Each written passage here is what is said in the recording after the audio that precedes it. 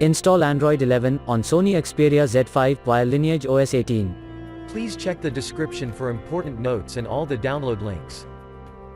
First, download ROM and GApps packages, then transfer the downloaded files to the phone storage. Link is in the description below. Step 2. Boot your device into TWRP recovery. Once in TWRP, click on Wipe, Advanced Wipe, and select the check boxes, as shown in the image, excluding internal storage. Step 4. Swipe the button to wipe the device. Step 5. Go back to the recovery main screen, and tap on the Install button. Step 6. Navigate to the storage, and select the ROM zip file. Step 7. Finally, swipe the button on the screen, to install ROM file. Step 8.